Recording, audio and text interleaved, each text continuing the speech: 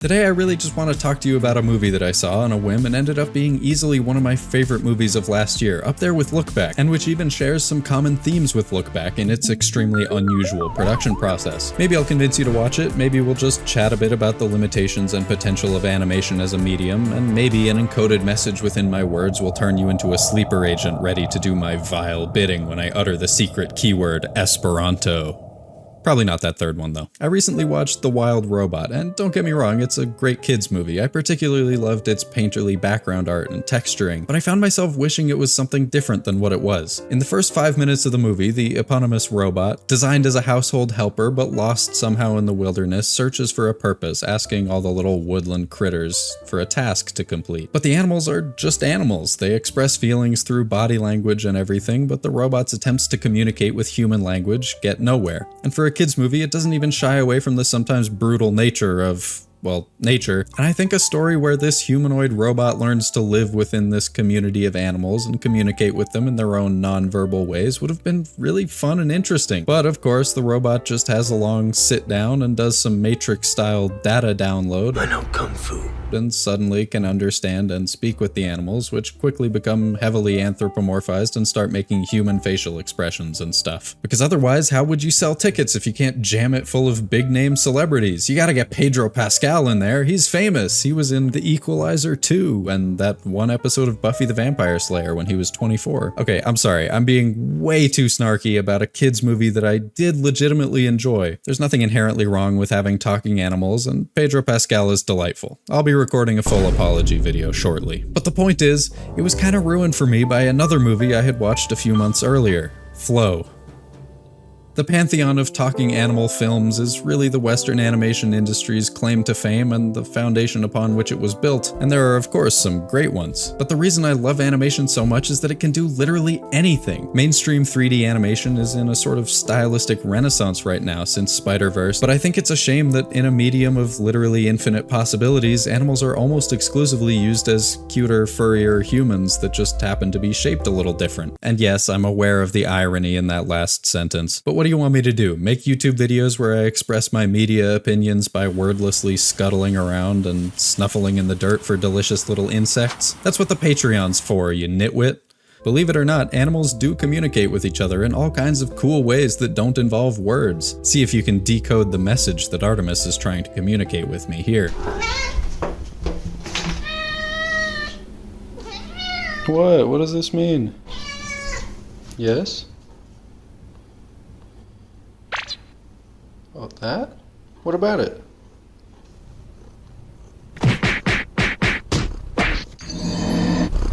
So there's no reason you couldn't build a movie around that. And that's just what Gint Zilbalodis did with Flow. Now, there's an elephant in this YouTube video, which is that you may have noticed the clips I'm showing you kind of look like a video game, and there's a reason for that, which I promise we'll get to, because it's actually one of the most interesting things about this movie. Our story begins, as all good stories do, with a Latvian high schooler. In 2012, that high schooler created this 7-minute 2D animated short called Aqua, about a cat who wakes up to a flooded world, lives in an abandoned boat, and grows its confidence in the water through fishing and some assistance from a benevolent bird. It's incredible work for a high schooler, and you can really see his eye for lighting and cinematography in creative shots like this one, where the camera stays locked to the inside of the boat as it rocks and the stars in the background sway back and forth. But he was unsatisfied with his drawing abilities, so switched to 3D animation, made several more shorts and one other feature film completely by himself, which also happens to feature a helpful bird, before returning to spend 5 years adapting the concept from Aqua into a feature film.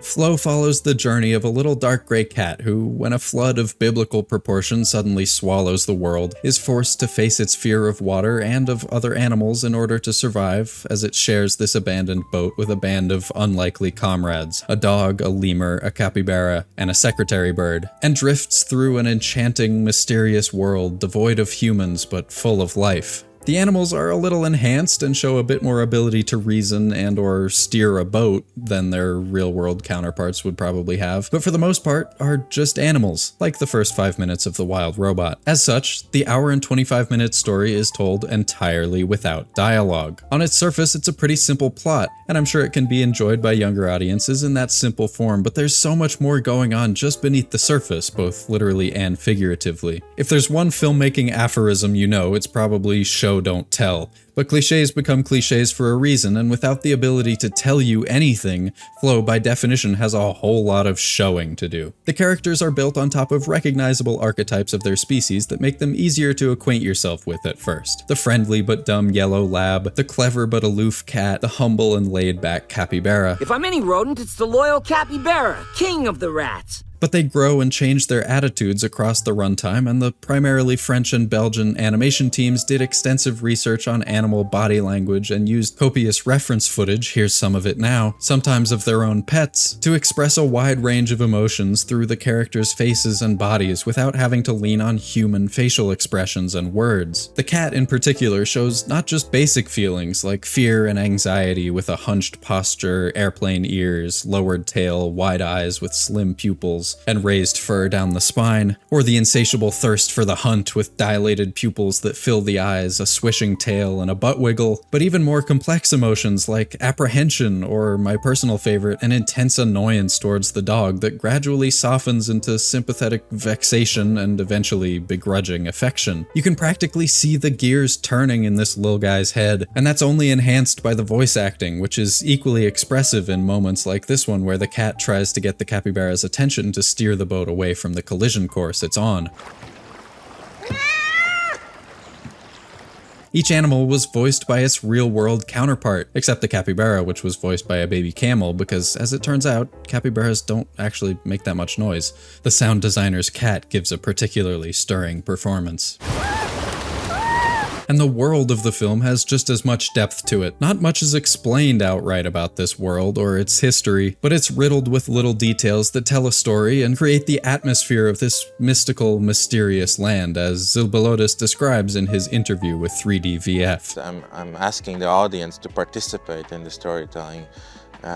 There's a lot of environmental storytelling. You have to look and pay attention, and I think if you pay attention you will be rewarded. Also, to anyone who follows me on Blue Sky, sorry I keep spam reposting this guy. He has some interesting stuff to say and he just seems like a genuine nice guy. I mean, look at this video of him and his dog reacting to their Oscar nomination, him trying to share the apple he's eating with the dog, and the dog having zero interest in the apple. I just like him, okay? Sue me. In one of the first scenes, a small boat can be seen lodged high up in a tree, implying previous floods and foreshadowing the impending one. The abandoned house the cat lives in, the ancient ruins, numerous statues of cats and animals. These details can be treated as a puzzle to be decoded, or just accepted as a rich tapestry in the background. It's a very metaphorical story that doesn't always give you easy answers and leaves some things up to interpretation, and that, combined with the lack of dialogue, might be frustrating to some people. But if you're like me, a big fan of stories told without words and or have a particular affinity for animals and interest in how they communicate, then this is a must-watch.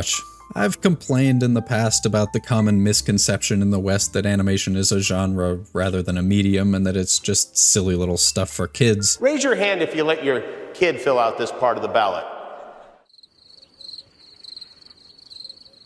Oh, brother, this guy stinks! And sure, animation is a great medium for kids. It's limited only by your imagination. But all the best kids movies that people remember fondly appeal to human children and adults alike, not because they secretly sneak in some hidden message or raunchy jokes that only adults will understand, but because they tell meaningful, nuanced stories. Flow isn't a kids movie, but it goes to show that there's no reason that there has to be this hard distinction between serious adult stuff and stupid slop for dumb kids. A story is a story, no matter the medium. Much like the cat in the film, this was Zilbalodis' first time working with a crew, as he had been a one-man band for all his previous projects, and also like the cat, he had less than $4 million in funding. With such a small budget, the production needed to be optimized for speed and efficiency, so the movie was made start to finish in open source donut making software Blender. That alone would be unusual for a feature film that's gained this much international success, but it was also rendered in Eevee. For the uninitiated, Blender has two rendering engines: Cycles, the higher quality one that can do ray tracing and all these super high quality lighting simulations but takes ages to render, and Eevee, the near real-time rendering engine that basically takes a bunch of shortcuts and renders way faster but not as high quality, like a video game engine. And that's why you don't get the highly textured, photorealistic look that you might be used to in modern 3D animated movies, but they really get some amazing quality out of it, especially considering that, for anyone familiar, this production was before the recent overhaul of Eevee and also before geometry nodes while we're at it. They really lean into this style, aiming for naturalism rather than realism. The reality is in the characters' movements and feelings, and you really do forget about the lack of realistic textures almost immediately. And that real-time rendering engine also allowed Zilbalotis to adapt his workflow in some really unconventional ways, to fit his own strengths while also saving money.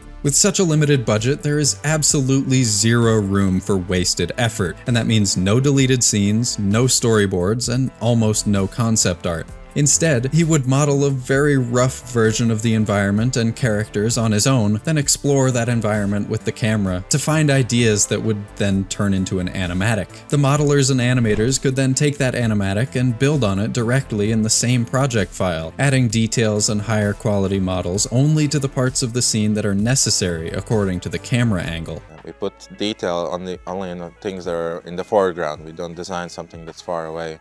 Everything is designed from the point of view of the camera. Remember I pointed out Zilbalotis' eye for lighting and cinematography in Aqua? Well, that plays into this too. Lighting and camera are sort of two sides of the same coin. That's why on live action sets, the director of photography and the key grip are best of buddies, good friends, and good pals. Though with the ability to move lights and camera and see the results almost in real time, you're then also able to light the scenes with the camera position in mind and vice versa. This way, instead of fully lighting a scene like it's a real place, they were able to treat it more like a movie set, lighting directly for the camera, so that if you looked at many of the scenes from a different angle, it would look weird and incomplete. But from the perspective of the camera, you get these beautiful scenes with serene, volumetric lighting, and a final product where almost every frame is a worthy desktop background or something. In an interview with Blender itself, Zilbalotis says, "Storytelling offers infinite possibilities, but sometimes constraints can be beneficial. For example, deciding to use only 4 characters and a handful of locations can lead to stronger creative choices. Some of my favorite films take this approach. They don't need an epic scope to be powerful." A paradox that creative people know all too well, complete freedom can be suffocating and limitations can be liberating. Even with all the resources and freedom of giant studios, so many of the same types of stories keep getting told. But sometimes all you need is a soft-spoken Latvian to punch through the preconceptions of what an animated animal picture should be with a movie he rendered on his own personal computer. There's so much more that makes this movie great, like the music and sound design, the extreme long takes and such, but I really wanted this to be a quick one, so if you've seen it, definitely add your voice in the comments below. Thanks so much for watching all the way to the end, and a big thank you to everyone who's been generous enough to support the channel over on Patreon, all of whom have now learned Esperanto to complete fluency, and now they just keep using it to talk to each other behind my back, and I can't understand a damn word they're saying. Smackintosh, Scorpiante, Katie L, Retrohime, Serial Isle, Leia Pico, Nutaf, Patrick Davison, Arborix, Jun, Dr. Yola McSwag, Grav G, Squid Goo, Joe, Fuggle Nugget, Annie, and Sammy Z, as well as all the other names you're seeing on the screen right now.